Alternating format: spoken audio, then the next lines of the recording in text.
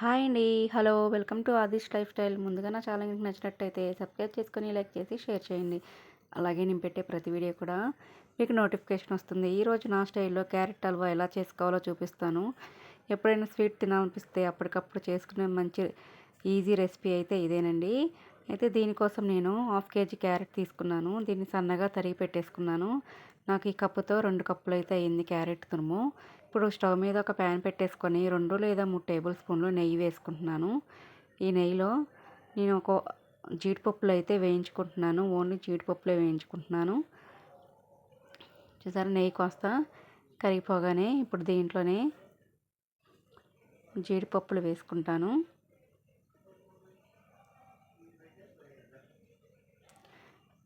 వేసేసాను. ఈ జీడిపప్పుల్ని దోరగా వేయించుకోవాలి.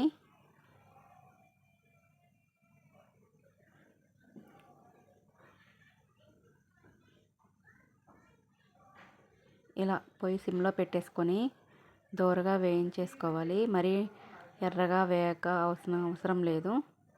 దోరగా వేయించుకుంటే సరిపోతుంది.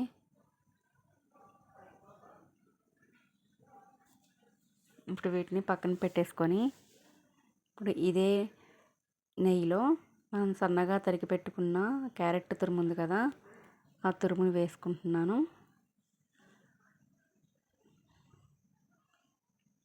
ఈ క్యారెట్ తురుములో ఉన్న పచ్చి వాసన అంతా పోయేలాగా సిమ్లో పెట్టుకొని సన్నగా వేయించుకోవాలి. కలుపుకుంటూ ఉండాలి, లేకపోతే మాడుతుంది. చూసారా, మనం స్టార్టింగ్ వేసినప్పుడు ఇప్పుడు వేసాం కదా, ఇదే కలరు తర్వాత కొంచెం మగ్గిన తర్వాత కలర్ చేంజ్ అవుతుంది. చూడండి, కావాలంటే దీంట్లో ఉన్న నీరు మొత్తం పోతుంది. ఇలా సన్నగా సిమ్లో పెట్టేసుకొని వేయించుకోవాలి. ఒకవేళ నెయ్యి సరిపోకపోతే ఇంకొంచెం వేసుకోండి. నెయ్యి వేసుకుంటే చాలా టేస్టీగా కూడా ఉంటుంది.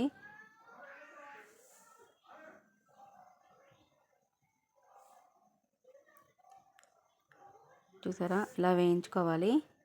చూసారా, ఆ క్యారెట్ మొత్తం మగ్గిపోయింది కదా, కలర్ కూడా చేంజ్ అయిపోయింది. ఫస్ట్లో ఉన్నంత కలర్ లేదు. ఇప్పుడు 2 కప్పులు క్యారెట్ తురిమైంది కాబట్టి దీనికి 1 కప్పు పాలు పోస్తే సరిపోతుంది. ఇంకా మీకు అర్థమయ్యేలా చెప్పాలంటే దీనికి చిన్న పాల ప్యాకెట్ అయితే సరిపోతుంది. అలా అయితే కప్పు సరిపోతుంది. నేను ఇప్పుడు కప్పు పాలు పోస్తున్నాను దీంట్లో. చూసారా, ఈ కప్పుతో కప్పు పాలు పోసేస్తున్నాను. దీన్ని బాగా సన్నగా మగ్గించుకోవాలి, ఉడికిపోవాలి పాలల్లోనే క్యారెట్ అంతా.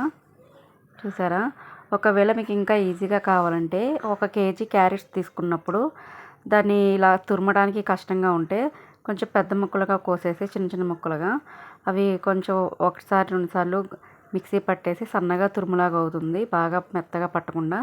అలా వేసి కుక్కర్లో అయినా చేసేసుకోవచ్చు. కుక్కర్లో అయితే 2 విజిల్స్ వస్తే సరిపోతుంది. అది తొందరగా అయిపోతుంది. నేను తక్కువ క్వాంటిటీ తీసుకున్నా కాబట్టి నేను ఇలా మామూలుగానే చేసేసుకుంటున్నాను, కుక్కర్లో చేయకుండా. చూసారా, ఉడికిపోతుంది పాలల్లో క్యారెట్. నాకైతే మొత్తం మీద 20 మినిట్స్ టైం పట్టింది ఈ మొత్తం క్యారెట్ హల్వా రెడీ అవ్వడానికి. ఇప్పుడు ఈ పాలల్లో ఉడకడానికి కూడా ఒక 15 మినిట్స్ టైం పడుతుంది. ఇలా మధ్య మధ్యలో కలుపుకుంటూ ఉండాలి.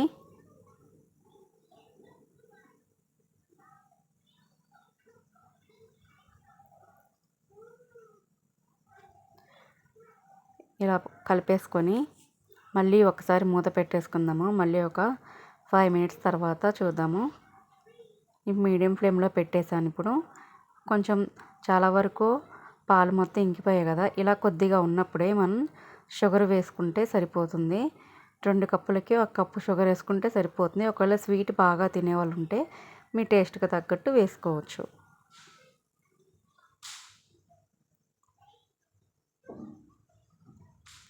సేమ్ కప్పుతో నేను కప్పు వేసాను షుగరు.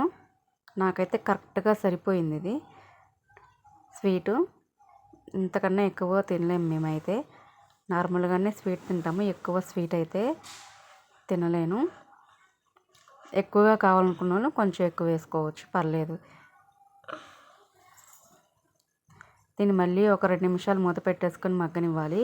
ఇప్పుడు ఇది అడుగు మాడకుండా తిప్పుతూనే ఉండాలి, మీడియం ఫ్లేమ్లో పెట్టేసుకొని. చూసారా ఇప్పుడు పంచదార మొత్తం కరిగిపోవాలి, మొత్తం ఇంకిపోవాలి క్యారెట్లోకి, ఇలా నీరులాగా రాకుండా. దీంట్లోనే కొంచెం ఇలాచీ పౌడర్ కూడా వేసుకున్నాను, మంచి ఫ్లేవర్ కూడా బాగుంటుంది, టేస్ట్ కూడా, స్మెల్ కూడా మంచి స్మెల్ వచ్చేస్తుంది క్యారెట్ రెడీ అవుతుంటే. అలాగే క్యారెట్తో హల్వానే కాదండి, దీంతో క్యారెట్ సీరం కూడా చేసుకోవచ్చు, గోల్డెన్ సీరం అంటారు. ఈ వీడియో నా యూట్యూబ్ ఛానల్లో ఉంది, కావాలంటే చెక్ చేయండి, కాబట్టి లింక్ కూడా నేను కింద ఇస్తాను. ఇదైతే నేను డైలీ యూజ్ చేస్తున్నాను, ఆల్రెడీ నేను అలా ఆయిల్ తయారు చేసి పెట్టేసుకున్నాను, రోజు డైలీ నైట్ రాసేసుకొని తెల్లారగానే కడిగేసుకుంటున్నాను. సోప్ అవసరం లేదు, ఫేస్లోకి ఇంకిపోయి ఫేస్ అయితే చాలా సాఫ్ట్గా మంచి కలర్గా కూడా వస్తుంది. నేనైతే డైలీ ఇదే యూజ్ చేస్తున్నాను. ఈ వింటర్ సీజన్లో మాత్రం చాలా అంటే చాలా బాగుంది. చూసారా క్యారెట్ హల్వా రెడీ అయిపోయిందండి. దీంట్లోనే మనం జీడిపప్పులు అవి వేయించుకున్నాం కదా, నేను బాదం పప్పు సన్నగా అన్నీ తరిగి పెట్టేశాను, వేసేసాను. చూసారా క్యారెట్ హల్వా రెడీ అయిపోయింది, గుమ్మగుమ్మలాడిపోతుంది స్మెల్ మాత్రం. ఇప్పుడు దీన్ని బౌల్లో తీసుకొని మళ్ళీ జీడిపప్పును బాదము ఇవన్నీ డెకరేషన్ చేసుకోవచ్చు, చూపిస్తాను. చూసారా క్యారెట్ హల్వా రెడీ అయిపోయింది. థ్యాంక్ యూ, ప్లీజ్ సబ్స్క్రైబ్ చేసుకోండి.